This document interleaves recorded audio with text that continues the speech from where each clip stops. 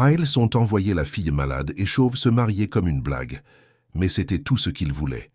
Chloé Lefebvre tenait le bord de la charrette, tandis que chaque chaos sur le chemin de terre semblait arracher un peu plus de sa dignité. Le frère aîné, Mathieu, sifflotait un air agaçant sur le banc avant, comme s'il menait du bétail au marché et non sa propre sœur.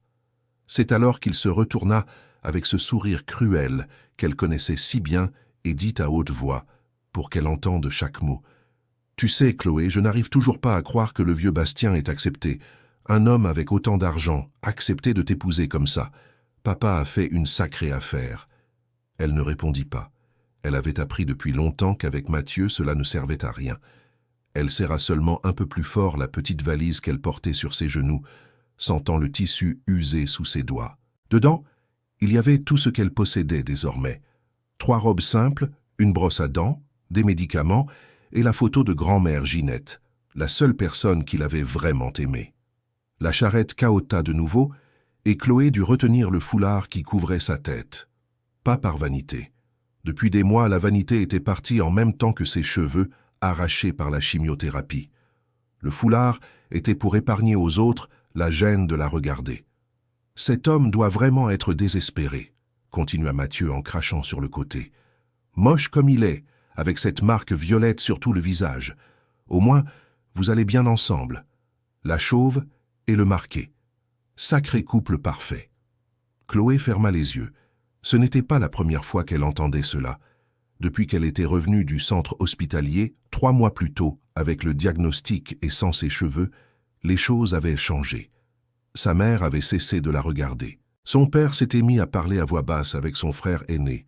Et puis, 2 semaines plus tôt, ils avaient annoncé le mariage. « C'est une opportunité, Chloé », avait dit son père, sans pouvoir la regarder dans les yeux.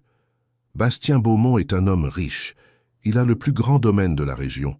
Tu auras une belle vie. » Ce qu'il n'avait pas dit, mais qu'elle avait entendu dans la conversation qu'ils avaient eue dans la cour le soir, c'était le reste de la vérité.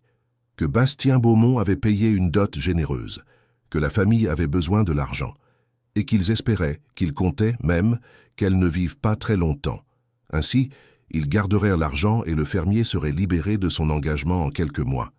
Il pensait qu'elle ne le savait pas, mais Chloé avait toujours su voir au-delà des mots. La route commença à s'améliorer, et au loin apparurent les premiers signes du domaine de la Sainte-Victoire. Des barrières bien entretenues, des clôtures neuves, des pâturages verdoyants où le bétail paissait tranquillement. C'était différent des terres épuisées de la famille Lefebvre, où tout semblait toujours au bord de l'effondrement. « Voilà, » fit Mathieu en désignant du menton, « le royaume de ton prince charmant. » La maison principale du domaine surgit à l'horizon. Ce n'était pas la plus grande que Chloé eût jamais vue, mais elle était solide. 2 étages, une large véranda, un jardin soigné. De la fumée sortait de la cheminée et du linge séchait sur la corde à côté. Des signes de vie, de routine, d'un lieu habité. Mathieu arrêta la charrette devant les marches de la véranda. Le silence qui suivit fut pesant. Chloé vit des rideaux bouger aux fenêtres.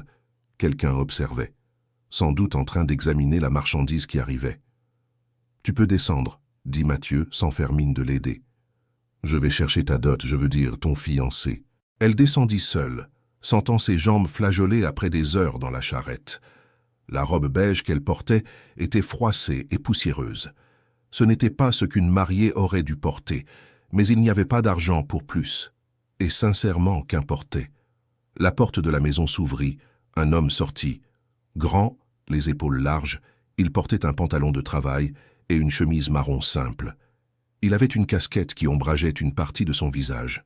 Mais même de loin, Chloé parvint à voir la tache de naissance dont Mathieu avait parlé, une marque sombre, couleur vin, qui couvrait le côté gauche de son visage, de l'œil au menton. C'était Bastien Beaumont, l'homme qu'elle devait épouser. Il s'arrêta en haut des marches, les mains dans les poches, et se contenta de regarder. Pas avec pitié, pas avec dégoût. Il regarda simplement. Et Chloé, peut-être pour la première fois depuis des mois, ne détourna pas le regard. « J'ai amené la fiancée promise », annonça Mathieu avec cette joie forcée qu'il utilisait quand il voulait être cruel. « Chloé Lefebvre, en chair et en os. Enfin, plus d'os que de chair ces derniers temps, mais elle est là. » Bastien descendit les marches lentement. Chaque pas était mesuré, prudent. Quand il s'approcha, Chloé put mieux voir ses yeux. Ils étaient marrons, calmes, et il y avait quelque chose en eux qu'elle ne s'attendait pas à trouver. Une tristesse ancienne, du genre qui ne se forme pas du jour au lendemain. « Bonjour, mademoiselle Chloé », dit-il, et sa voix était douce, polie. Le voyage a été long. La gentillesse prit Chloé au dépourvu. Elle ouvrit la bouche, la referma, tenta de trouver des mots. « Ça l'a été, oui, monsieur. »« Bastien, » corrigea-t-il. « Vous pouvez m'appeler Bastien. Et vous devez être fatigué. Entrons ?» Mathieu tout sauta derrière eux. « Et le reste du paiement ? Mon père a dit que la moitié serait remise maintenant, à son arrivée. » Bastien se tourna vers lui, et pour la première fois Chloé vit quelque chose se durcir dans ses yeux calmes. « L'argent est dans la cuisine. Tu peux le prendre et partir. Je suis sûr que tu as hâte de rentrer. » Ce n'était pas une demande, c'était un congé. Mathieu le comprit aussi car son expression s'aigrit. « Papa a dit que je devais rester pour voir si tout va bien. »« Tout va bien, tu peux y aller. » La tension entre les deux hommes était palpable. Chloé serra sa valise plus fort, prête pour une sorte d'affrontement. Mais alors Bastien monta simplement les marches, ouvrit la porte et dit « Venez, Chloé, je vais vous montrer votre chambre. » Et elle le suivit. Parce que quel autre choix avait-elle? Parce que peut-être, juste peut-être, cet homme marqué et solitaire était moins cruel que sa propre famille. L'intérieur de la maison était étonnamment accueillant. Plancher de lame propre, meubles simples mais bien entretenus, rideaux en tissu clair. Ça sentait le café frais et le pain cuit, très différent de la maison des Lefebvre, où tout sentait toujours le moisi et les dettes. Une femme apparut de la cuisine. Elle devait avoir une 60aine d'années, cheveux gris attachés en chignon, tablier noué à la taille. Elle regarda Chloé et ses yeux s'écarquillèrent légèrement en voyant le foulard couvrant sa tête chauve, mais elle ne dit rien. « Madame Suzanne, voici Chloé », présenta Bastien. « Elle va rester dans la chambre d'amis à l'étage. Pouvez-vous lui préparer un bain chaud ?»« Bien sûr, monsieur Bastien », répondit la femme, et il y avait quelque chose dans sa voix, de la surprise peut-être, comme si elle s'attendait à ce qu'il traite Chloé différemment. « La chambre d'amis ?»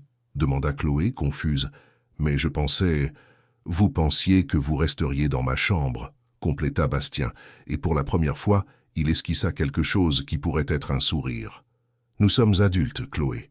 Nous pouvons parler clairement. Oui, nous sommes fiancés. Mais vous venez d'arriver. Vous avez fait un long voyage et vous êtes fatigué. Je ne vois pas de raison de précipiter les choses. » Chloé ne savait pas quoi dire. Cela n'avait pas de sens. Les hommes n'agissaient pas comme ça. Surtout les hommes qui avaient payé cher pour une fiancée. « Merci. Venez, je vais vous montrer où c'est. » Il la guida dans l'escalier.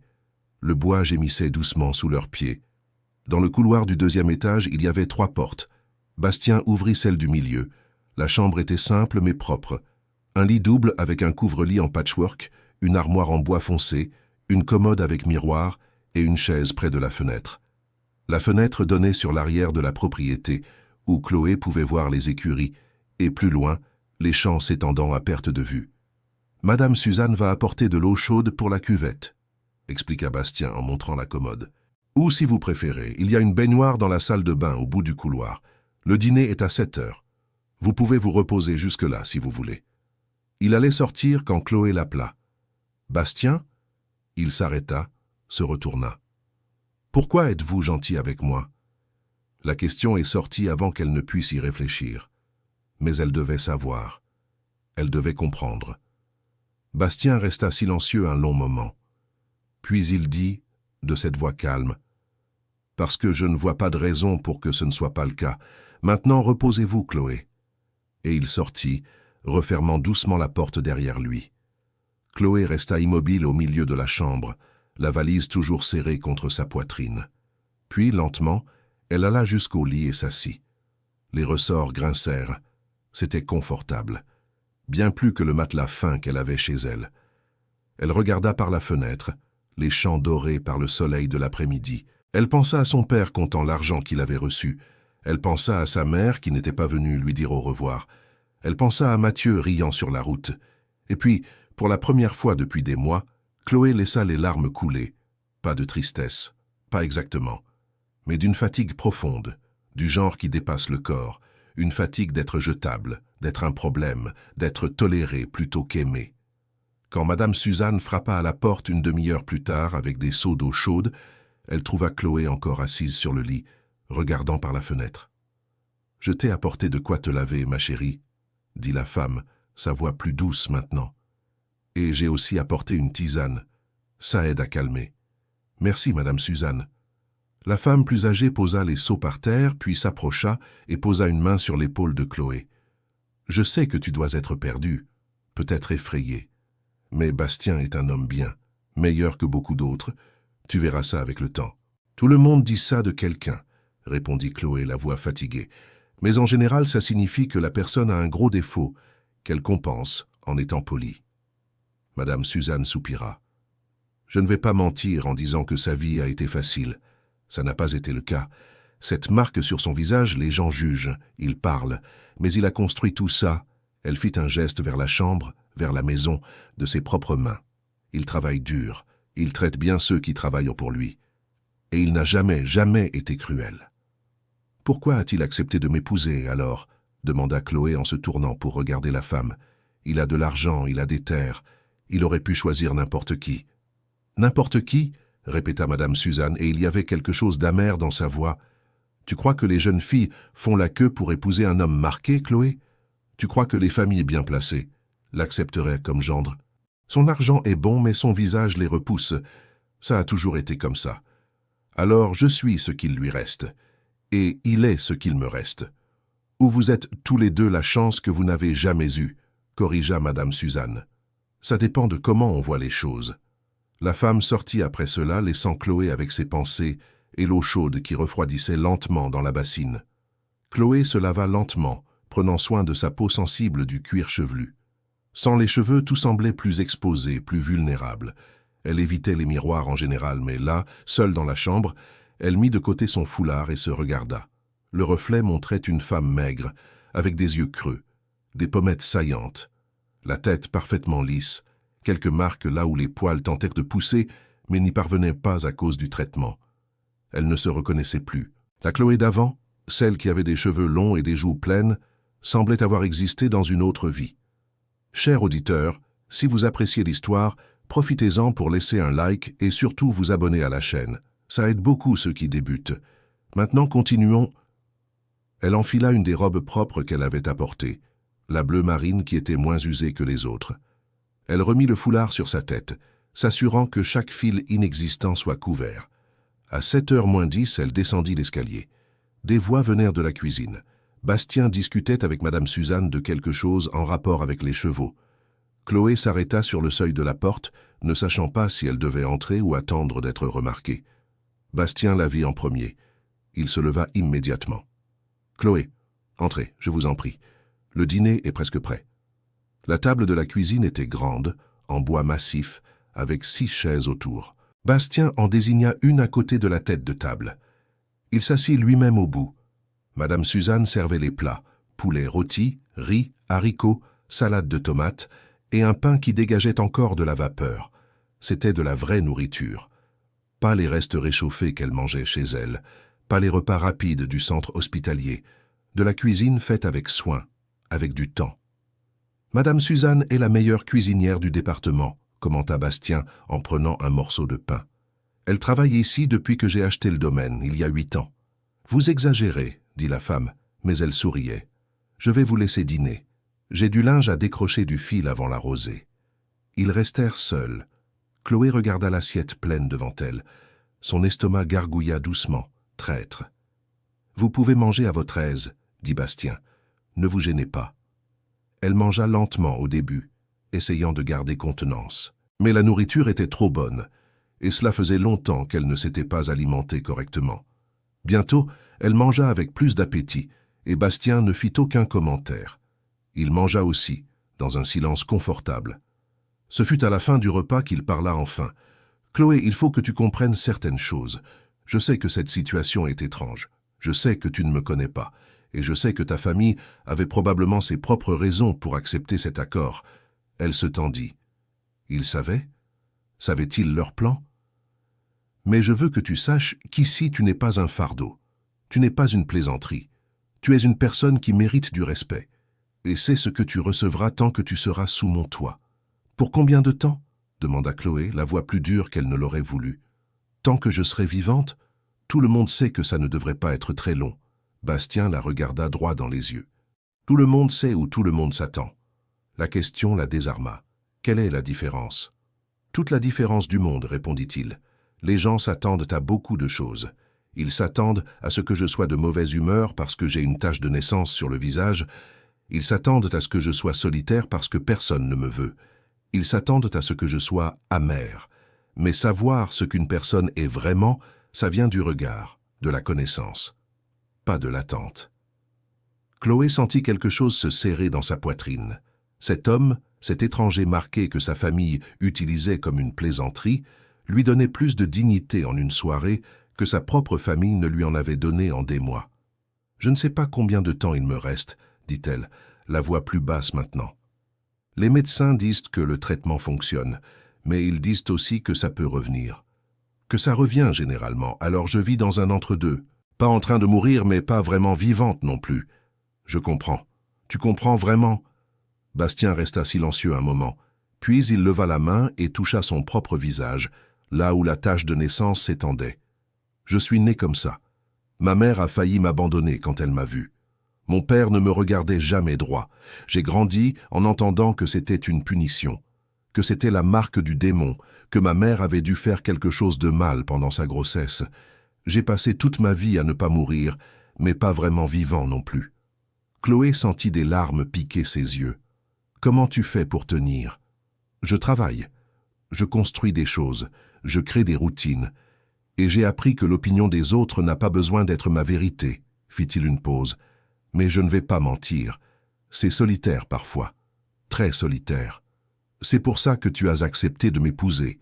J'ai accepté parce que quand ton père est venu proposer, j'ai vu une chance. Pas d'avoir une femme belle ou parfaite, mais d'avoir de la compagnie. De peut-être construire quelque chose avec quelqu'un qui comprend ce que c'est que d'être mis de côté. » Son honnêteté était brutale et douce à la fois. « Ma famille pense que tu es idiot, » dit soudain Chloé. « Ils pensent que tu as gaspillé de l'argent parce que je vais bientôt mourir et qu'ils hériteront de tout. Je sais, tu sais. Ton père n'est pas aussi discret qu'il le croit. J'ai entendu la conversation qu'il a eue avec ton frère quand ils sont venus ici la semaine dernière pour régler les détails. » Chloé resta choquée. « Et malgré ça, tu as accepté? » ?»« Malgré ça, j'ai accepté. Parce que je ne fais pas ça pour ta famille, Chloé.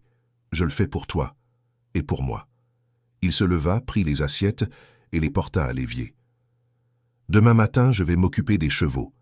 Si tu veux, tu peux venir avec moi. Ou tu peux te reposer. Tu peux faire tout ce que tu veux ici. C'est ta maison maintenant. » Chloé le regarda laver la vaisselle, ses gestes méthodiques, attentifs. Un homme habitué à faire les choses seul, un homme qui n'attendait pas d'aide parce qu'il avait appris que l'aide ne venait pas. « Je peux te poser une question, » dit-elle. « Bien sûr. Tu veux vraiment m'épouser? Ou tu veux juste de la compagnie jusqu'à ce qu'il arrive ce qui doit arriver? » Bastien s'arrêta de laver. Il s'essuya les mains sur le torchon et se tourna vers elle. « Je veux t'épouser. Je ne sais pas ce que l'avenir nous réserve, ni à toi, ni à moi. Mais je sais que je préfère passer, quel que soit le temps qu'il reste, avec quelqu'un à mes côtés, plutôt que complètement seul. Si c'est égoïste, alors je suis égoïste. Ce n'est pas égoïste, dit doucement Chloé. C'est humain. » Cette nuit-là, Chloé s'allongea sur le lit de la chambre d'amis et regarda le plafond. D'en bas lui parvenaient les bruits de Bastien fermant la maison à clé, éteignant les lumières, montant dans sa propre chambre. Les bruits d'une routine bien établie. Elle pensa à tout ce qui s'était passé, à la cruauté de Mathieu, à l'indifférence de ses parents, à la gentillesse inattendue de Bastien, à la façon dont il la regardait, non pas avec pitié, mais avec quelque chose qui pourrait être de la compréhension. Chloé ne savait pas ce que demain lui apporterait. Elle ne savait pas si elle parviendrait à construire quelque chose ici, dans ce domaine, avec cet homme marqué. Mais pour la première fois depuis longtemps, elle ressentit ce qu'elle pensait avoir perdu à jamais. De l'espoir, petit, fragile, mais il était là. battant lentement quelque part dans sa poitrine que les médicaments et la maladie avaient tenté de vider. Et peut-être que cela suffirait pour commencer. Le coq chanta alors qu'il faisait encore nuit. Chloé se réveilla désorientée, mit quelques secondes à se rappeler où elle était. Le domaine, la chambre d'amis, Bastien. Elle entendit des bruits venus d'en bas, des pas, de l'eau qui coule, une porte qui s'ouvre et se ferme. Elle se leva, alla à la fenêtre. Dehors, les premières lueurs du jour commençaient tout juste à éclaircir l'horizon. Et elle vit Bastien se diriger vers les écuries, une lampe torche à la main, la casquette déjà sur la tête. Chloé prit une décision. Elle s'habilla rapidement, attrapa un châle et descendit. Quand elle arriva aux écuries, elle trouva Bastien qui parlait à voix basse à un cheval tout en ajustant la selle. « Bonjour, dit-elle. Il se retourna, surpris. « Chloé, je ne pensais pas que tu te réveillerais si tôt. Tu as dit que je pouvais venir avec toi. Oui, mais je ne pensais pas que tu viendrais dès le premier jour. Je n'ai pas beaucoup de premiers jours à gaspiller, répondit-elle, et elle vit son visage se crisper légèrement à cette phrase. C'est vrai, alors allons-y. Je dois vérifier les clôtures du pâturage nord. Quelques veaux ont réussi à s'échapper hier.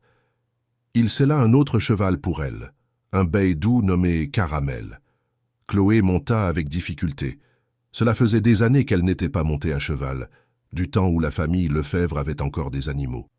Ils chevauchèrent en silence à travers la propriété. L'air du matin était frais, presque froid, et Chloé resserra son châle autour de ses épaules. Mais il y avait quelque chose de revigorant là-dedans, dans l'immensité des champs, dans l'odeur de terre et de rosée, dans le bruit des sabots sur le sol. Là, Bastien montra du doigt. Tu vois où la clôture est ébranlante? C'est par là qu'ils se sont enfuis. Il descendit de cheval et Chloé l'observa travailler. Ses mains étaient grandes, calleuses, mais bougeaient avec précision tandis qu'il réparait la clôture. De temps en temps, il murmurait quelque chose comme s'il se parlait à lui-même. « À qui parles-tu » demanda Chloé. Bastien s'arrêta et elle vit une rougeur monter sur le côté non marqué de son visage. « À moi-même, une habitude de qui vit seul. »« Qu'est-ce que tu disais ?»« Des bêtises, des choses sans importance. » Mais Chloé avait entendu. Elle l'avait entendu dire quelque chose sur la solitude, sur comme c'était agréable d'avoir de la compagnie ce matin. Quand ils eurent fini et rentrèrent, le soleil était déjà haut. Madame Suzanne avait préparé du café et du pain frais. Ils s'assirent pour manger, et la femme plus âgée regarda Chloé avec approbation. « Tu t'es levée tôt, ma fille. Je voulais aider. »« Tu as aidé rien qu'en venant, » dit Bastien. « Ça fait une différence d'avoir quelqu'un près de soi. » Les jours commencèrent à former un rythme. Chloé se levait tôt, allait avec Bastien s'occuper des animaux et de la propriété. Elle revenait pour le petit déjeuner. Elle passait la matinée à aider Madame Suzanne avec les tâches légères de la maison ou simplement à lire sur la véranda. L'après-midi, elle se reposait. Le soir, ils dînaient ensemble. Et ils parlaient, beaucoup. Bastien raconta comment il avait acheté le domaine jeune, avec l'argent qu'il avait économisé en travaillant pour d'autres depuis l'enfance. Il raconta les premières années difficiles, quand personne ne voulait faire affaire avec lui à cause de ses origines. Comment il avait dû prouver sa valeur 3 fois plus que n'importe qui. Chloé raconta sa vie avant la maladie, les études de littérature qu'elle n'avait pas pu terminer, le rêve de devenir professeur, les projets qui avaient été reportés puis oubliés quand le diagnostic était tombé. « Tu peux encore enseigner, » dit Bastien un soir. « Il y a une école au village. Ils ont toujours besoin de professeurs. Qui voudrait d'une professeure chauve qui pourrait s'évanouir en plein cours? Qui voudrait apprendre de quelqu'un qui sait donner de la valeur à la connaissance parce qu'elle sait que le temps est précieux? » Chloé resta silencieuse. Personne n'avait présenté les choses de cette façon avant. Une semaine après l'arrivée de Chloé, Mathieu réapparut. Il venait seul cette fois dans une vieille charrette et arriva vers midi. Chloé était dans la cuisine en train d'aider Madame Suzanne à préparer le déjeuner quand elle entendit le bruit des roues à l'entrée. Son estomac se serra. « C'est lui », dit Madame Suzanne en regardant par la fenêtre. « Ton frère. Qu'est-ce qu'il veut encore? De l'argent, j'imagine. C'est toujours une histoire d'argent avec ce genre de personne. » Bastien apparut du salon, vit Mathieu descendre de la charrette et son visage se durcit. « Reste à l'intérieur, Chloé. C'est mon frère. Je dois... Reste à l'intérieur. » répéta Bastien, plus fermement. S'il te plaît. Et il sortit pour retrouver Mathieu sur la véranda. Chloé se plaça près de la fenêtre d'où elle pouvait entendre sans être facilement vue. « Bastien !» salua Mathieu avec une fausse joie. « Je suis venu voir comment va ma petite sœur, lui apporter un peu de réconfort de la maison. Elle va bien, et elle a déjà tout ce dont elle a besoin ici. Ah, j'en suis sûr, mais tu sais, la famille est la famille. On vient voir si elle est bien traitée. On ou tu es venu ?» Mathieu rit. « Bon, je suis venu moi, mais je représente toute la famille, tu comprends ? Je comprends parfaitement. Combien ? Comment ça, combien ? Combien d'argent veux-tu pour t'en aller et laisser Chloé tranquille ?» Le sourire de Mathieu vacilla. « Je ne sais pas de quoi tu parles, je suis juste venu rendre visite. »« Mathieu !» l'interrompit Bastien, sa voix basse mais ferme. « Je ne suis pas idiot. Je sais exactement pourquoi tu es ici. Ton père a trouvé que la dot était trop petite, non ? Il a pensé qu'il pourrait en arracher plus avec le temps. Alors combien ? Règle-t-on ça maintenant ?» Mathieu resta silencieux un moment, évaluant la situation. Puis le faux sourire disparut, et il montra qui il était vraiment. 2000 €. Et tu ne nous revois plus par ici. 2000 €, c'est beaucoup d'argent. Chloé est ma sœur, elle les vaut. Chloé ne vaut rien pour toi, répondit Bastien. Mais elle vaut tout pour moi, et c'est exactement pour ça que je vais payer. Chloé sentit son cœur se serrer en entendant cela. Bastien entra, alla jusqu'à un coffre qu'il avait dans le bureau, revint avec l'argent. Il le tendit à Mathieu. « Maintenant, va-t'en, et dis à ton père que c'était la dernière fois. Je ne veux revoir aucun de vous près de ma propriété. Si vous vous montrez, j'appelle le gendarme et je porte plainte pour extorsion. » Mathieu prit l'argent, le compta, le mit dans sa poche. « Tu fais une erreur, tu sais, » dit-il, mais il reculait déjà vers la charrette. « Elle va mourir dans quelques mois. » Tout cet argent gaspillé pour une chauve malade. Ce fut rapide. Bastien franchit la distance qui les séparait en 2 pas, attrapa Mathieu par le col de sa chemise. « Parle d'elle encore une fois sur ce ton et tu vas découvrir qu'une marque sur le visage ne signifie pas une main faible, compris ?» Mathieu acquiesça, les yeux écarquillés de peur. Bastien le lâcha et il courut vers la charrette, dévalant la route à toute allure. Quand Bastien rentra, il trouva Chloé debout dans le salon. Elle avait tout entendu. « Chloé, 2000 €, dit-elle, la voix tremblante. « Tu as donné 2000 € à mon frère pour qu'il s'en aille. C'était nécessaire. 2000 € que tu as tant travaillé à gagner, gaspillé pour moi. Ce n'était pas du gaspillage, dit-il en s'approchant. C'était un investissement dans ma paix et dans la tienne. Mais je ne vaux pas ça. » Chloé sentit les larmes commencer à couler. « Je ne vaux pas tout cet argent, toute cette bonté. Je ne suis qu'une femme malade que sa famille a abandonnée et que la mienne a utilisée pour gagner de l'argent. » Bastien s'approcha encore et, hésitant, toucha son épaule. « Chloé, regarde-moi. » Elle leva les yeux. « Tu vaux ça et bien plus. Et plus tôt tu comprendras ça, plus ce sera facile pour nous deux. » Chloé s'effondra. Tous les mois de tension, de peur, de se sentir jetable, tout remonta à la surface. Elle pleura là, dans le salon de ce domaine, dans les bras d'un homme qu'elle connaissait à peine mais qui avait déjà montré plus d'amour que toute sa famille. Et Bastien la tint. Il n'essaya pas de la faire taire. Il ne dit pas que tout allait bien alors que ce n'était pas le cas. Il la tint simplement.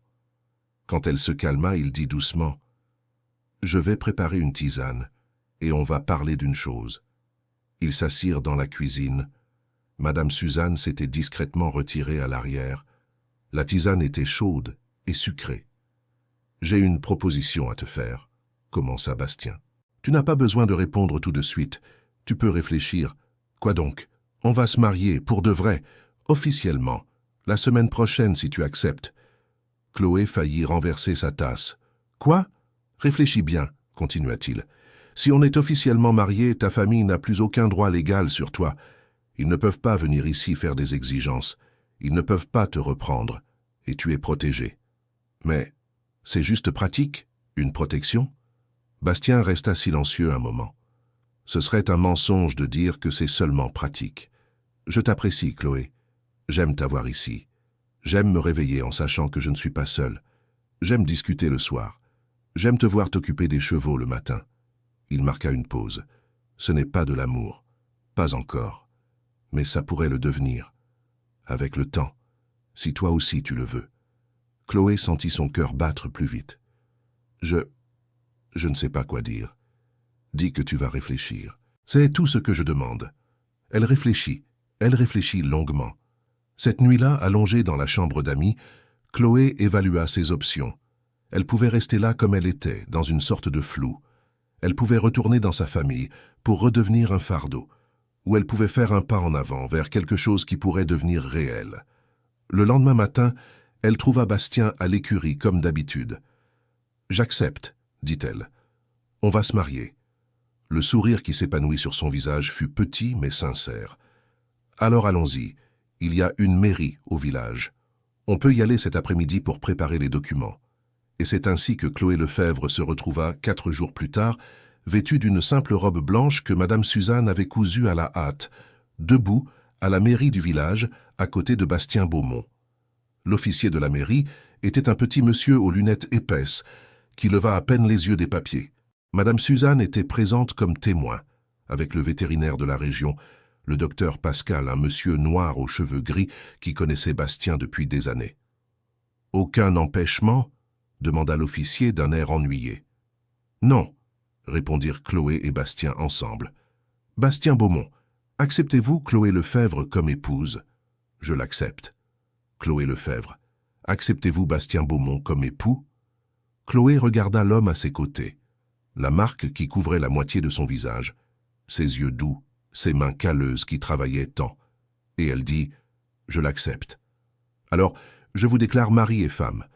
Vous pouvez signer ici. » Ce fut simple, rapide, sans fleurs, sans musique, sans bénédiction familiale. Mais quand Chloé a signé son nouveau nom, Chloé Beaumont, elle a senti quelque chose changer, comme si un poids avait été ôté de ses épaules. Ils sont sortis de la mairie sous un soleil radieux. Docteur Pascal a serré la main des deux et est parti vaquer à ses occupations. Madame Suzanne a embrassé Chloé et a murmuré « Bienvenue dans la famille, ma chérie. La vraie famille. » Sur le chemin du retour vers le domaine de la Sainte-Victoire, Bastien conduisait le pick-up en silence. Chloé regardait par la fenêtre, encore en train de digérer ce qui venait de se passer. « Je suis mariée, » a-t-elle dit à voix haute, presque sans y croire. « Tu l'es, » a confirmé Bastien.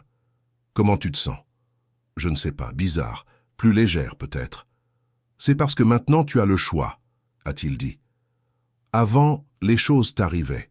Maintenant, c'est toi qui fais arriver les choses. » De retour au domaine, Madame Suzanne avait préparé un déjeuner spécial. Rien de sophistiqué, mais il y avait un gâteau. Un simple gâteau de maïs avec un glaçage au chocolat. Sur le dessus, avec du sucre glace, elle avait écrit « Félicitations ».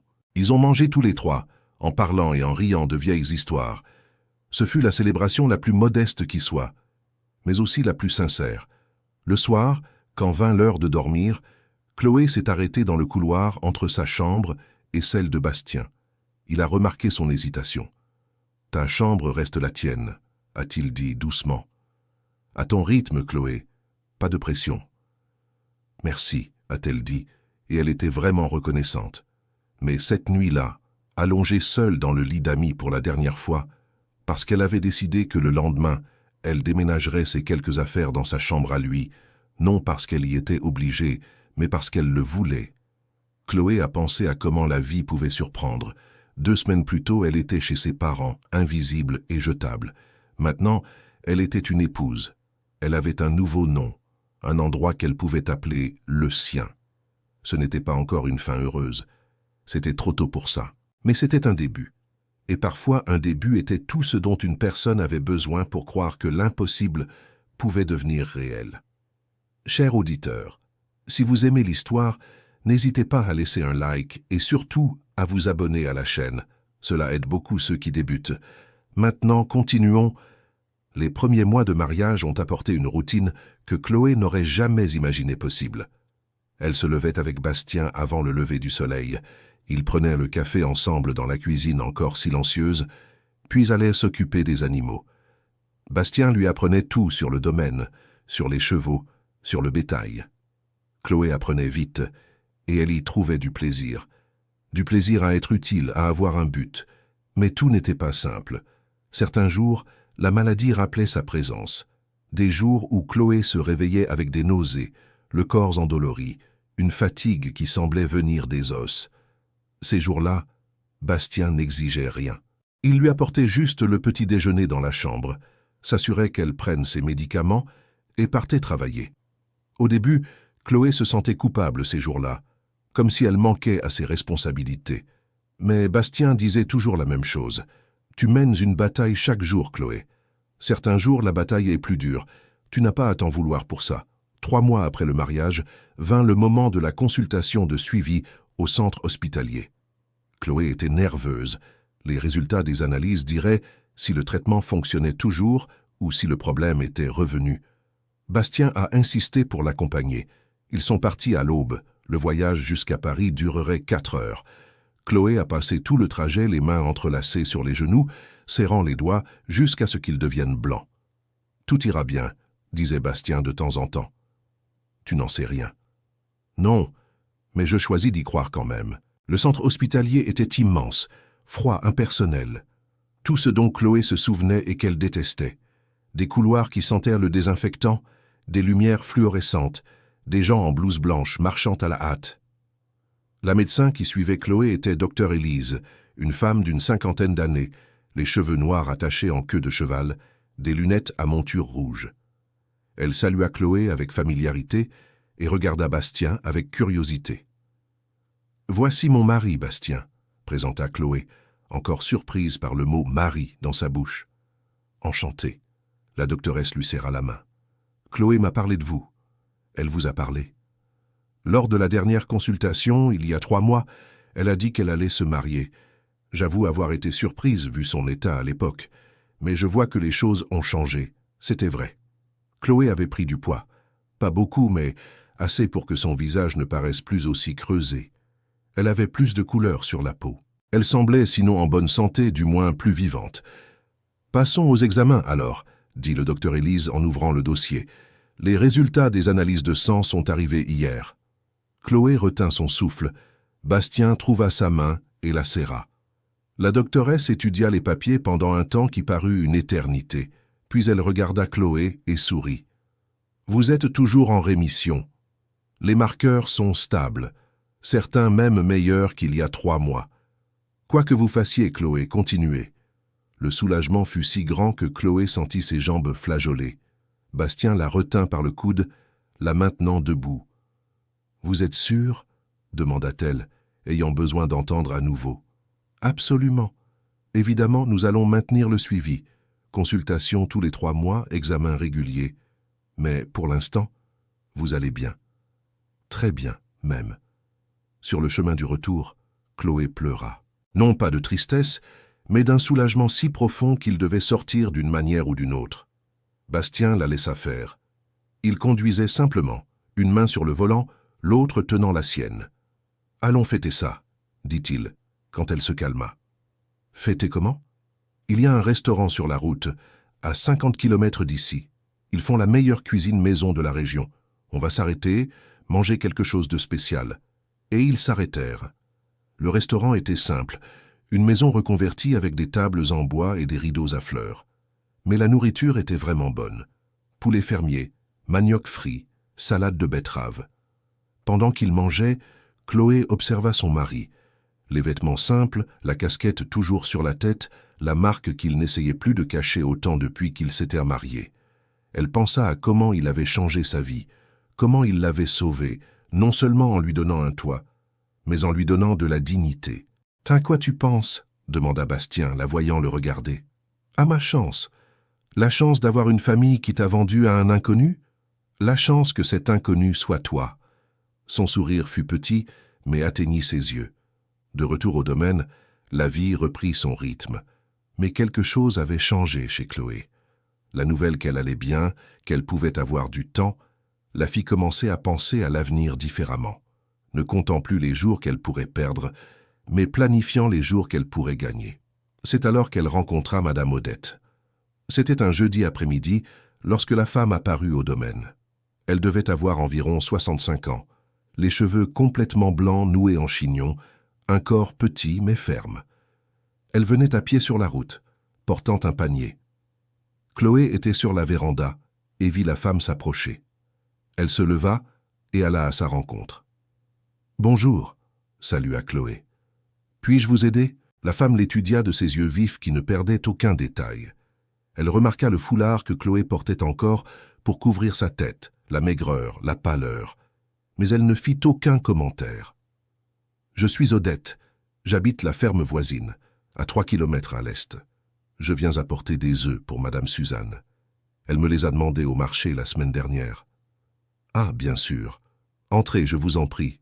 Je vais l'appeler. »« Vous devez être la nouvelle épouse de Bastien, » dit Odette. Non pas comme une question, mais comme une affirmation. « Oui, Chloé. »« Eh bien, Chloé, laissez-moi vous dire. Les gens du village parlent beaucoup. Ils disent que Bastien a épousé une mourante par pitié, que vous profitez de la situation, que tout n'est qu'intérêt d'un côté et charité de l'autre. » Chloé sentit son visage s'échauffer de colère et de honte. « Mais je me fiche de ce que ces gens disent, » continua Odette, entrant dans la maison sans façon. « Les gens qui parlent trop font généralement trop peu. Ce que je veux savoir, c'est ce que vous avez à dire. » « Sur quoi ? » ?»« Sur le fait d'être ici, sur le fait d'épouser Bastien. La vérité, ma fille. Sans détour. » Chloé aurait pu mentir. Elle aurait pu donner une belle réponse diplomatique. Mais il y avait quelque chose chez Madame Odette qui exigeait l'honnêteté. « La vérité, c'est que ma famille s'est servie de moi. Ils m'ont vendu en pensant que j'allais mourir vite et qu'ils garderaient l'argent. Bastien le savait et il m'a épousé quand même. Il m'a offert du respect quand personne d'autre n'en offrait. Et moi, j'ai accepté parce que j'étais désespéré, parce que je n'avais nulle part où aller, parce qu'ici c'était mieux que partout ailleurs. Et maintenant, Chloé réfléchit. Maintenant je suis heureuse, vraiment heureuse, pour la première fois depuis longtemps. Je ne sais pas si c'est de l'amour encore, mais c'est bon. Et c'est déjà bien plus que ce que j'avais avant. » Madame Odette acquiesça comme si Chloé avait réussi une épreuve. « Eh bien, alors tout va bien.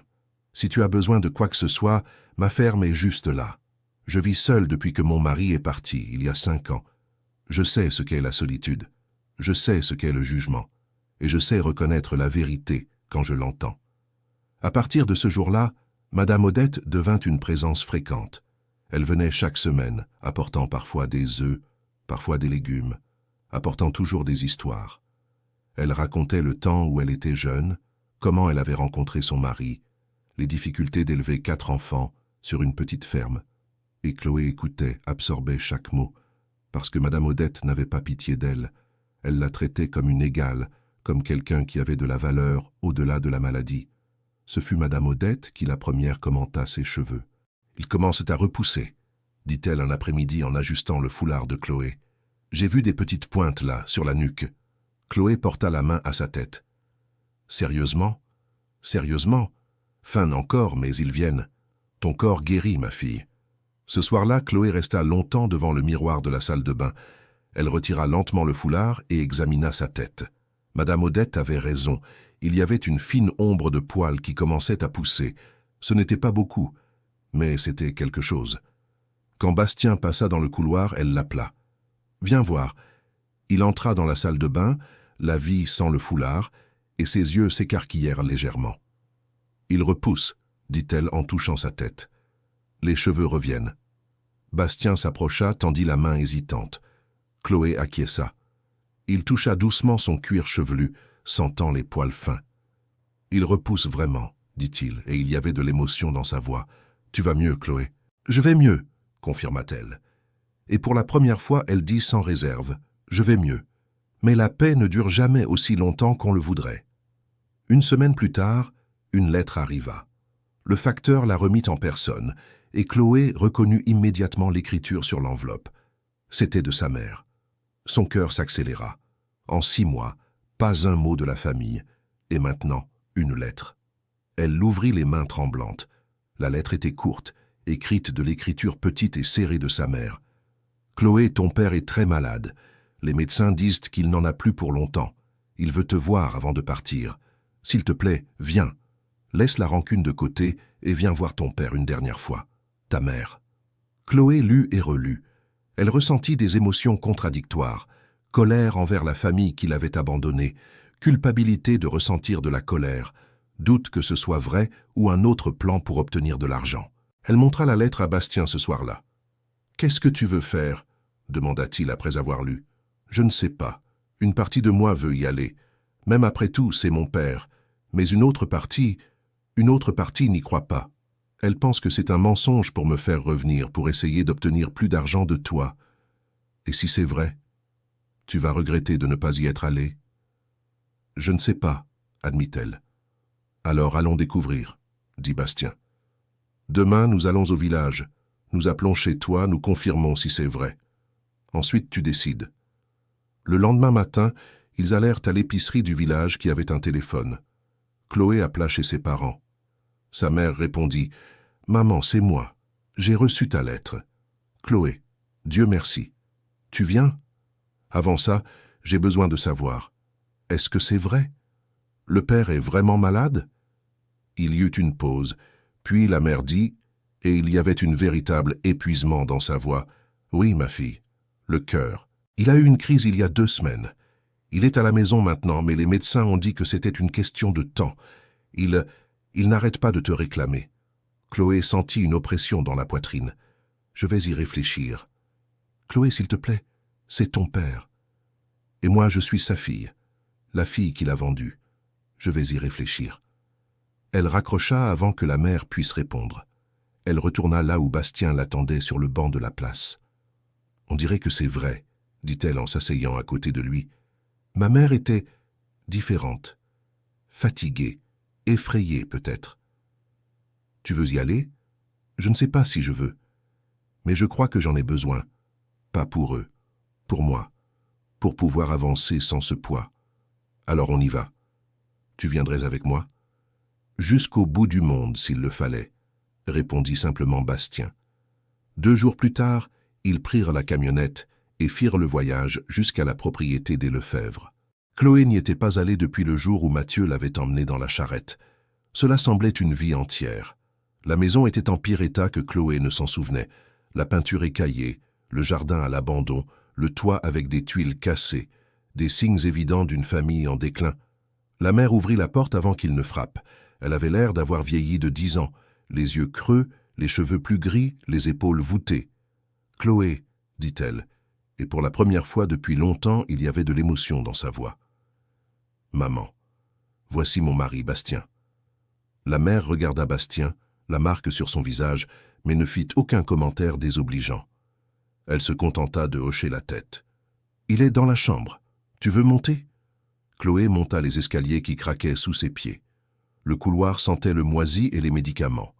Elle s'arrêta devant la porte de la chambre des parents, prit une profonde inspiration et entra. Le père était dans le lit, plus petit que Chloé ne s'en souvenait, maigre, pâle, avec des tubes d'oxygène dans le nez. Quand il la vit entrer, ses yeux s'emplirent de larmes. « Chloé !» Sa voix sortit faible. « Tu es venue. »« Je suis venue. » Elle s'approcha du lit. Bastien resta à la porte, laissant de l'espace, mais restant à proximité. « Pardon, » dit le père. « Pardon pour tout, de t'avoir vendue, de t'avoir traitée comme une marchandise, d'avoir choisi l'argent plutôt que ma propre fille. » Chloé sentit des larmes lui piquer les yeux. « Pourquoi as-tu fait ça ? J'étais ta fille. Parce que je suis un lâche, parce que j'étais désespéré, parce que j'ai cru que tu allais mourir de toute façon, et qu'au moins on aurait de l'argent pour les autres. » Il toussa, son corps entier tremblant sous l'effort. « Mais j'avais tort, très tort. Tu avais tort. Est-ce que tu vas bien ?» demanda-t-il, la regardant vraiment pour la première fois. « Est-ce que ça va mieux ?»« Je vais bien, » dit Chloé. « Beaucoup mieux. Mes cheveux repoussent. Les examens sont bons. J'ai une maison, un mari qui me traite bien. J'ai une vie, papa, une vie que j'ai construite sans vous. »« Je m'en réjouis, » dit-il, et cela semblait sincère. « Je me réjouis que tu aies trouvé le bonheur, même si ce n'est pas grâce à moi. » Ils restèrent silencieux un moment, puis Chloé dit « Je te pardonne, pas parce que tu le mérites, mais parce que je mérite la paix de laisser tout ça derrière moi. » Le père ferma les yeux, des larmes coulant le long de ses tempes. « Merci, ma fille. » Chloé sortit de la chambre. Elle trouva la mère et Mathieu dans la cuisine. Mathieu avait l'air honteux, il n'arrivait pas à la regarder. « Il est vraiment mal fichu, » dit Chloé à sa mère. « Vous vous occupez de lui ? On fait ce qu'on peut. Mais les médicaments sont chers et l'argent est fini. Bien sûr qu'il est fini, pensa Chloé. De l'argent dépensé vite par une famille qui ne sait pas gérer. De quoi avez-vous besoin? La mère cligna des yeux, surprise. Comment ça? Pour les médicaments de papa, pour le traitement. De quoi avez-vous besoin? Chloé, on ne demande pas... Je sais. Mais je propose. Pas pour vous, pour lui. Et parce que je le peux. Ce fut Bastien qui suggéra le montant, suffisant pour couvrir les médicaments pendant quelques mois, mais pas assez pour créer une dépendance ou l'attente de plus. Quand ils sortirent, la mère remerciant sur le pas de la porte et Mathieu toujours sans courage de parler, Chloé se sentit plus légère. « Merci, dit-elle à Bastien sur le chemin du retour, d'être venu avec moi, d'avoir aidé malgré tout. Ce sont tes parents, Chloé. Même avec tout ce qu'ils ont fait, ce sont encore tes parents. Je comprends ça. Tu es meilleur qu'ils ne le méritent. Je ne suis meilleur que personne, dit Bastien. J'essaie juste d'être décent. Ils retournèrent au domaine de la Sainte-Victoire et la vie continua. Mais quelque chose avait changé chez Chloé. Le pardon qu'elle avait accordé à son père, aussi difficile fut-il, avait libéré quelque chose en elle, comme si une chaîne qu'elle ne savait même pas porter avait été coupée. Les mois passèrent. L'automne arriva, peignant les champs d'or et d'orange. Les cheveux de Chloé poussaient maintenant fermes. Ce n'était plus seulement une ombre, mais une fine couche sombre couvrant sa tête. Elle portait encore parfois un foulard par habitude, mais de moins en moins. Cher auditeur, si vous aimez l'histoire, profitez-en pour laisser un like et surtout vous abonner à la chaîne. Cela nous aide beaucoup, nous qui débutons. Maintenant, continuons. Ce fut un matin de mai que tout changea à nouveau. Chloé aidait Bastien à l'étable quand elle ressentit un fort vertige. Elle s'appuya sur la clôture, respirant profondément. « Chloé ?» Bastien lâcha ce qu'il faisait et courut vers elle. « Ça va ?»« Juste un vertige. C'est sûrement parce que je me suis levé trop vite. Mais au cours de la journée, le vertige revint plusieurs fois. Et avec lui vint une nausée étrange, différente de celle ressentie à cause des médicaments. « Je vais prendre rendez-vous, » dit Bastien le soir. « Demain même, nous allons en ville. » Mais Chloé soupçonnait déjà quelque chose qui semblait impossible mais que son corps insistait à suggérer. Le lendemain, avant d'aller au centre hospitalier, elle s'arrêta dans une pharmacie et acheta un test de grossesse. Dans les toilettes d'une station-service, les mains tremblantes, elle fit le test. Positif. Chloé resta à regarder les deux traits comme s'ils étaient des mots dans une langue étrangère. Ce n'était pas possible. Les médecins avaient dit que ce serait presque impossible après toute la chimiothérapie, que ses chances étaient minimes, mais ils étaient là. Deux traits roses vifs. Elle retourna à la camionnette en état de choc. Bastien le remarqua immédiatement. « Qu'est-ce qui s'est passé? Tu vas plus mal ?»« Non, je ne vais pas plus mal, je suis... » Elle lui montra le test. Bastien regarda encore, écarquilla les yeux. « Ça veut dire que je suis enceinte. » Le silence qui suivit fut rempli d'émotions qu'aucun des deux ne savait nommer. « Mais les médecins ont dit que c'était improbable, » dit enfin Bastien. « Ils l'ont dit, mais pas impossible. Et toi, ça va? Le bébé va bien? La maladie? Je ne sais pas. C'est pour ça qu'il faut aller au centre hospitalier. Maintenant. » La consultation d'urgence avec le docteur Élise confirma tout. Chloé était enceinte d'environ 8 semaines. Et il y avait des complications. « La grossesse en soi est un miracle, » expliqua le docteur Élise, « vu votre historique et votre traitement. Mais nous devons être très prudents. Votre corps est encore en convalescence. Une grossesse va beaucoup lui demander. »« Y a-t-il des risques ?» demanda Bastien, la voix tendue. « Il y en a. » Le docteur Élise n'essaya pas d'adoucir la vérité. « Risque pour Chloé, risque pour le bébé. Nous aurons besoin d'un suivi constant, des examens réguliers. Et vous, elle regarda Chloé, vous allez devoir vous reposer beaucoup plus, pas de travail pénible. »« Mais est-ce possible ?» demanda Chloé. « Est-il possible d'avoir ce bébé ? C'est possible. Difficile, risqué, mais possible. »« Alors on va essayer. » Bastien prit sa main. « Tu es sûr ? Tu n'as pas besoin de décider maintenant. Nous pouvons réfléchir. »« Je suis sûr, » l'interrompit Chloé. « Toute ma vie, on m'a dit que j'étais finie, que je n'avais pas d'avenir. Et maintenant, j'ai la chance de créer un avenir. Je le veux, Bastien. Je le veux vraiment. Et c'est ainsi que commença la partie la plus difficile et la plus merveilleuse. La grossesse fut suivie comme peu l'était. Chloé allait au centre hospitalier toutes les 2 semaines. Elle passait des examens constamment. Elle suivait des restrictions strictes. Bastien est devenu encore plus protecteur. Il ne la laissait rien faire de lourd. Il a embauché plus d'aide pour le domaine. Il veillait à ce qu'elle se repose, mange bien, prenne toutes ses vitamines. « Tu vas me rendre folle à force !» Chloé se plaignit un jour où il ne la laissa même pas balayer la véranda. « Je te préfère folle et en bonne santé que raisonnable et mal en point, » répondit-il. Madame Odette est devenue une alliée importante. Elle venait presque tous les jours, restait avec Chloé, elle parlait. La femme plus âgée avait la sagesse de celle qui avait élevé 4 enfants et savait exactement quoi dire et quoi ne pas dire. « Mon corps est différent », commenta Chloé un après-midi, regardant le petit ventre qui commençait à apparaître. « Bien sûr qu'il l'est, il crée la vie. Et mes cheveux poussent plus vite aussi. On voit déjà que je vais être brune. Vous devenez jolie, ma fille. Comme il se doit. Mais tout n'était pas facile. Il y eut des mauvais jours. Des jours où Chloé se sentait mal, où elle avait peur de perdre le bébé, où elle se demandait si elle était égoïste d'essayer de mettre un enfant au monde alors que son propre avenir était encore incertain. L'une de ces mauvaises nuits, alors qu'elle était particulièrement effrayée, Bastien s'assit au bord du lit et lui prit la main. « Tu as peur ?» demanda-t-il. « Beaucoup. De quoi surtout ? De ne pas y arriver, de perdre le bébé, de te laisser seule avec un enfant s'il m'arrive quelque chose. Chloé, regarde-moi. » Il attendit qu'elle le regarde. « Rien ne t'arrivera. Tout ira bien. Tu ne peux pas promettre ça. »« Non, je ne peux pas, » admit-il. « Mais je peux promettre que je serai là, quoi qu'il arrive. Je serai là. » Et il l'était. À chaque consultation, à chaque examen, à chaque moment de peur ou de douleur. Il était là. Le temps passa et miraculeusement, contre toute probabilité, la grossesse progressa. 5 mois. 6. Le corps de Chloé changeait, le ventre grossissait, et avec lui l'espoir grandissait aussi. Ce fut au 6e mois que survint la première complication sérieuse. Chloé commença à saigner.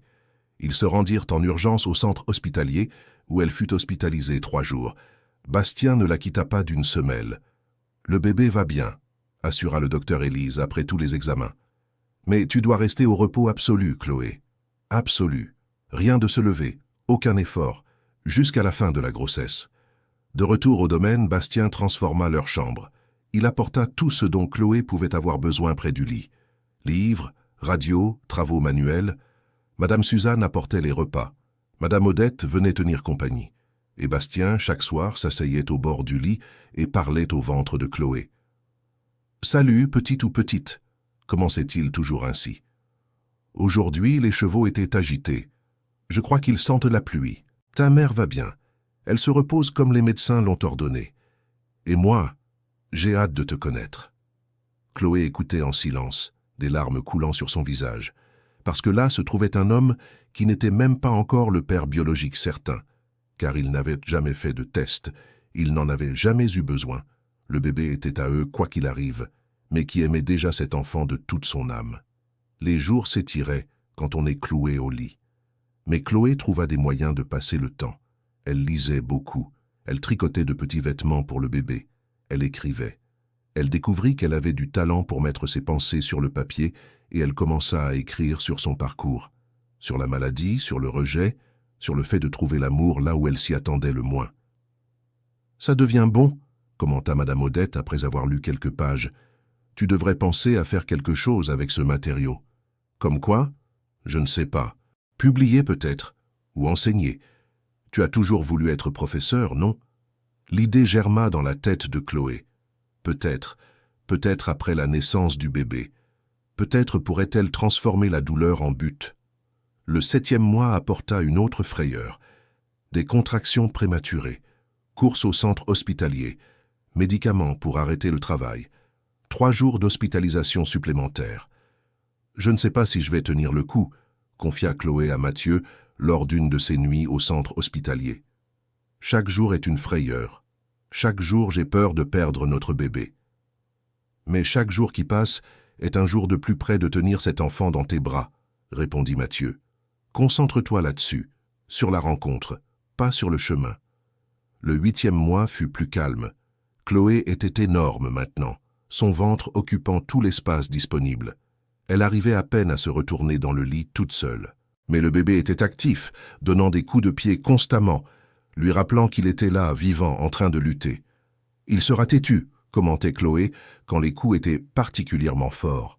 « Comme son père. »« Ou comme sa mère », répliquait Mathieu, qui a épousé un étranger et créé la vie contre toute probabilité. Au début du 9e mois, Dr Élise les convoqua pour une réunion. « Nous sommes allés si loin », commença-t-elle, « bien au-delà de ce que j'espérais initialement. Mais maintenant, nous devons prendre des décisions. Ton corps est à la limite, Chloé. Je recommande qu'à 37 semaines révolues, nous déclenchions l'accouchement. Nous ne pouvons pas risquer d'aller jusqu'à 40 semaines. C'est sûr, à 37 semaines? C'est considéré comme un terme complet. Le bébé sera suffisamment développé. Et ce sera plus sûr pour vous deux que d'attendre plus longtemps. » Chloé accepta. Elle n'avait pas vraiment le choix. Elle voulait juste que tout se termine bien. La 37e semaine arriva un mardi. Ils se rendirent au centre hospitalier le lundi matin pour les préparatifs. Chloé était nerveuse, effrayée, anxieuse. Mathieu était pâle, mais essayait de paraître calme. Le déclenchement commença. Les heures passèrent lentement. Les contractions commencèrent, fortes, douloureuses, mais nécessaires. Chloé serrait la main de Mathieu avec tant de force qu'elle était sûre de lui faire mal, mais il ne se plaignait pas. Ce furent 18 heures de travail, 18 heures de douleur, d'effort, de peur. Et puis, alors que le soleil commençait à se lever le mercredi matin, un cri retentit dans la salle. « C'est une fille », annonça l'infirmière. « Une belle petite fille en bonne santé. » On posa le bébé sur la poitrine de Chloé. Petite, rose, parfaite, les yeux fermés, les poings serrés, pleurant avec la force de poumons sains. Chloé regarda ce minuscule visage et sentit quelque chose se briser et se reconstruire en elle en même temps. Toute la douleur, toute la peur, toute la souffrance en valèrent la peine pour arriver à cet instant. « Élise, » dit-elle en regardant Mathieu, « nous l'appellerons Élise, à cause de la docteure qui nous a aidés. » Mathieu pleurait ouvertement maintenant. Il toucha le visage de sa fille avec un doigt, délicatement, comme si elle était de cristal. « Élise, » répéta-t-il. « Bienvenue, Élise. » Les 3 jours au centre hospitalier passèrent dans un brouillard de bonheur épuisé. Chloé apprit à allaiter, à changer les couches, à calmer les pleurs. Mathieu apprit tout avec elle, toujours à ses côtés. Quand ils ramenèrent enfin Élise à la maison, tout le domaine les attendait. Madame Suzanne avait décoré l'entrée avec des fleurs. Madame Odette était là aussi, avec un gâteau pour fêter ça. « Laisse-moi voir cette petite », demanda Odette, et quand Chloé mit Élise dans ses bras, la femme plus âgée ferma les yeux et sourit. Parfaite, absolument parfaite. Les premiers mois avec Élise furent difficiles, comme avec n'importe quel nouveau-né. Nuits sans sommeil, pleurs constants, inquiétudes infinies. Mais ils étaient difficiles d'une bonne façon qui signifiait la vie, l'avenir, les possibilités. Chloé reprit ses consultations régulières 3 mois après l'accouchement. Les examens montrèrent qu'elle était toujours en rémission. Son corps avait supporté la grossesse et se remettait bien. « Tu es un miracle médical », dit Dr Élise. « Sérieusement, ton histoire deviendra une étude de cas. » Mais Chloé se fichait des études de cas.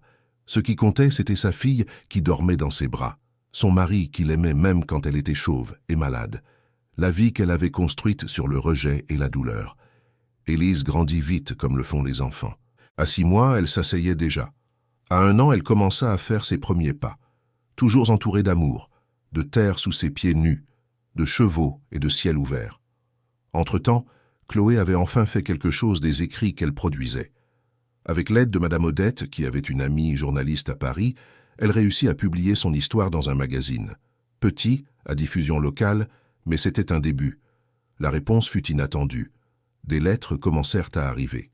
De femmes suivant un traitement, de familles confrontées à la maladie, de gens qui avaient trouvé de l'espoir dans les mots de Chloé.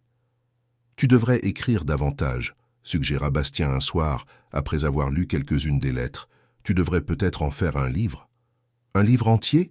Qui voudra le lire ?»« Toutes ces personnes, montra-t-il les lettres, et bien d'autres qui ne savent pas encore que ton histoire existe. Chloé réfléchit, et elle se mit à écrire, pour de bon cette fois. Pas seulement des notes et des réflexions, mais un récit complet. Son chemin de la maladie à la guérison, du rejet à l'amour, du désespoir à l'espoir. Il lui fallut 1 an pour terminer.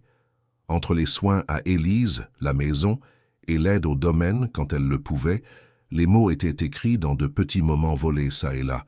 Mais enfin, c'était prêt. Ils trouvèrent un petit éditeur prêt à tenter sa chance.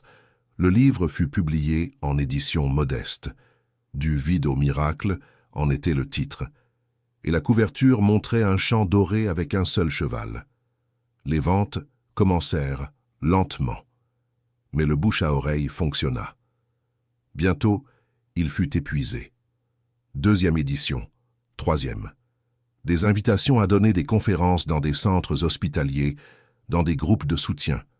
Chloé en accepta quelques-unes. Elle emmenait Élise, qui avait maintenant 3 ans, et était l'image de la santé et de la joie. Elle parlait d'espoir, de ne jamais abandonner, de trouver la lumière même dans l'obscurité. Et les gens écoutaient, pleuraient, remercient, disaient qu'elle avait changé leur vie.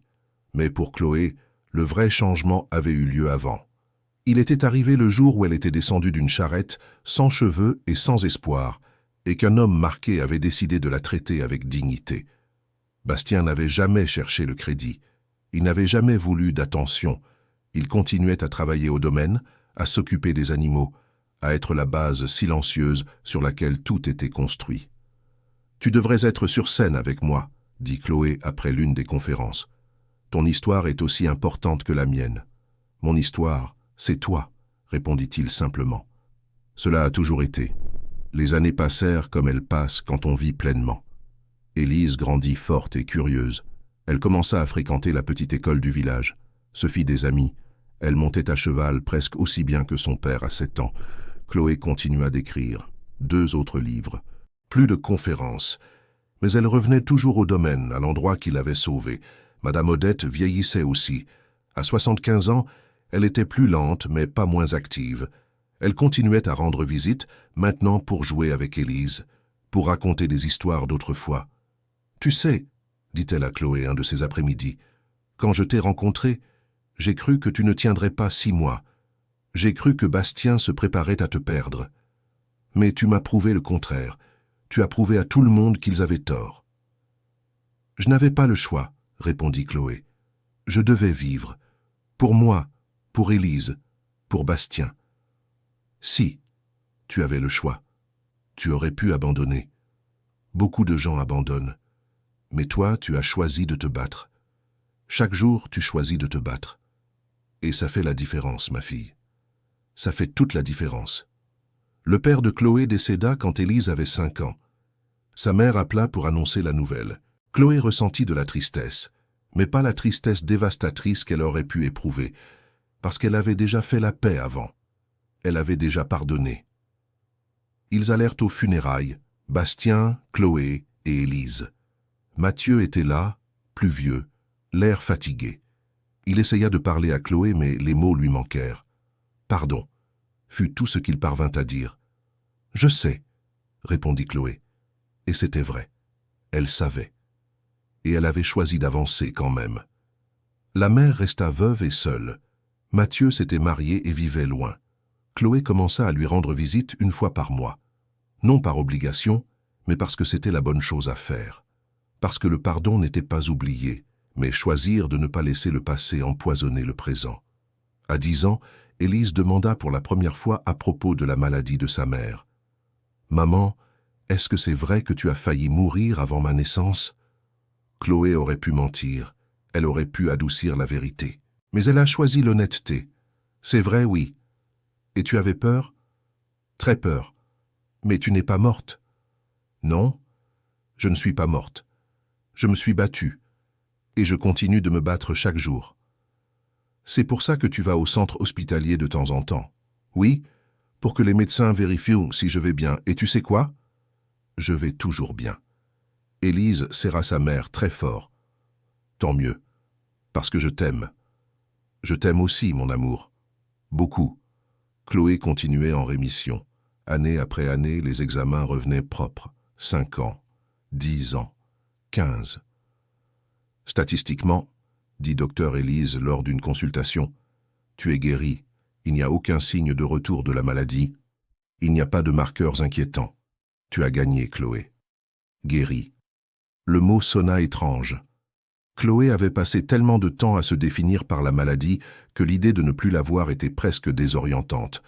Mais c'était aussi libérateur. À 40 ans, Chloé regarda en arrière et vit le chemin parcouru. De femme jetable à hauteur respectée. De malade terminale à guérie. De rejetée à aimée. Élise avait 15 ans maintenant. Belle, intelligente, pleine de rêves à elle. Elle voulait être vétérinaire, aider les animaux comme son père l'avait toujours fait. Bastien avait 50 ans, les cheveux gris aux tempes, plus de rides autour des yeux. Mais il restait fort, continuait de travailler, continuait d'être le roc sur lequel tout reposait. Et la marque sur son visage? Chloé la remarquait à peine. Elle était devenue simplement une partie de qui il était. Pas quelque chose de laid ou honteux, mais simplement Bastien. « À quoi penses-tu » demanda-t-il un soir alors qu'ils étaient assis sur la terrasse à regarder Élise jouer avec les chiens dans le jardin. « À comment la vie surprend » répondit Chloé. « À comment tout ce qui semblait terrible à l'époque a fini par m'amener ici. À toi, à Élise, à cette vie. Tu penses que tu ferais différemment si tu pouvais revenir en arrière ?» Chloé réfléchit vraiment à la question. « Non, je ne ferai pas, parce que tout changement pourrait signifier ne pas avoir ça ici. Et je n'échangerai ça pour rien au monde. » Bastien prit sa main entrelaçant leurs doigts. Moi non plus. D'autres années passèrent. Élise alla à la faculté de vétérinaire, l'une des meilleures du département. Elle revenait le week-end et les jours fériés, toujours pleine d'histoires sur les cours et de nouveaux amis. Chloé et Bastien se retrouvaient seuls à nouveau, comme au début, mais c'était différent maintenant. Ce n'était pas la solitude de deux étrangers essayant de trouver un terrain commun. C'était la compagnie confortable de deux personnes qui connaissait chaque recoin et chaque fissure de l'autre. « Parfois, elle me manque quand elle était petite », admitit Chloé un soir. Des petits pas maladroits, des questions infinies. « Moi aussi. Mais regarde ce qu'elle est devenue, une femme forte, bonne, déterminée, comme sa mère, et aussi travailleuse que son père. Madame Odette est décédée paisiblement à 82 ans, dormant dans son propre lit. Les funérailles étaient pleines, parce qu'elle avait touché beaucoup de vie. Chloé a pleuré, mais elle a aussi remercié. Elle a remercié pour chaque conversation, chaque conseil, chaque moment de compagnie que cette femme avait donné. « Elle a été comme une mère pour moi, » dit Chloé à Bastien, « la mère dont j'avais besoin, et tu as été la fille qu'elle a toujours voulu près d'elle. » Le temps continua son flux inexorable. Madame Suzanne a pris sa retraite à 70 ans, a déménagé pour vivre avec sa fille. Bastien et Chloé restèrent seuls au domaine, engageant de l'aide seulement pour les tâches les plus lourdes. « Ça devient difficile de tout entretenir », commenta Bastien un jour. « Peut-être qu'on devrait penser à réduire, vendre une partie des terres, ou les transmettre à Élise, » suggéra Chloé, « quand elle aura terminé la fac, si elle veut. » Ils en parlèrent à leur fille. Non seulement Élise le voulait, mais elle avait des plans. Transformer une partie du domaine en clinique vétérinaire, continuer l'élevage de chevaux, préserver l'héritage que les parents ont construit. « Mais seulement si vous restez aussi, » dit-elle. « C'est la maison de nous tous. » Et ainsi fut décidé. Élise fut diplômée avec les honneurs, revint au domaine avec son diplôme et ses rêves. Elle installa la clinique dans l'un des hangars rénovés. Bientôt, elle ne soignait pas seulement les animaux de la propriété, mais de toute la région. « Tu savais, » commenta Chloé en voyant sa fille travailler, « que tout a commencé le jour où je suis descendue de la charrette. Un moment de désespoir qui s'est transformé en tout cela. » « Ce n'était pas du désespoir, » corrigea Bastien. « C'était du courage. Tu as eu le courage d'accepter l'inconnu. Et moi j'ai eu le courage d'offrir. » À 55 ans, Chloé donnait encore des conférences occasionnelles, mais maintenant elle parlait moins de maladie et plus de résilience, de construire une vie sur des ruines, de trouver la beauté dans des endroits inattendus. Et toujours, elle terminait ses conférences de la même façon. J'ai été envoyé pour me marier comme une blague, comme un rebut, comme quelqu'un qui n'avait aucune valeur. Mais j'ai découvert que la valeur n'est pas déterminée par les autres. C'est quelque chose que nous choisissons de voir en nous-mêmes. Et quand nous faisons ce choix, quand nous décidons que nous méritons l'amour, la dignité, l'avenir, le monde entier peut changer. Les gens pleuraient toujours. Ils remerciaient toujours. Et Chloé pensait toujours, ce n'est pas moi qui les inspire, c'est l'histoire. C'est la preuve vivante que des miracles arrivent quand on refuse d'abandonner. Bastien eut 60 ans, les cheveux maintenant complètement blancs, le corps encore fort mais se déplaçant plus lentement. Il s'occupait toujours des chevaux chaque matin. Il s'asseyait toujours avec Chloé sur la véranda chaque soir. 60 ans, plaisanta-t-elle à son anniversaire. Tu deviens vieux. Nous devenons vieux, corrigea-t-il. Ensemble, comme promis. On n'a même pas fait de promesses. C'était une cérémonie civile sans vœux. Nous avons fait des promesses tous les jours, dit Bastien. Chaque matin où nous nous réveillons et choisissons d'être ici. Chaque nuit où nous dormons côte à côte. Chaque difficulté que nous affrontons ensemble. Ce sont les promesses qui comptent. Chloé acquiesça, parce que c'était vrai. Fin de l'histoire. Maintenant, dis-moi, qu'as-tu pensé de cette histoire? Chloé a-t-elle pris la bonne décision en acceptant d'épouser Bastien? Crois-tu aux secondes chances comme celle-ci? Laisse ton avis sincère dans les commentaires, nous adorons lire chaque message. N'oublie pas de laisser un like et de t'abonner à la chaîne pour ne pas manquer d'autres histoires émouvantes comme celle-ci. Merci de nous avoir accompagnés jusqu'à la fin.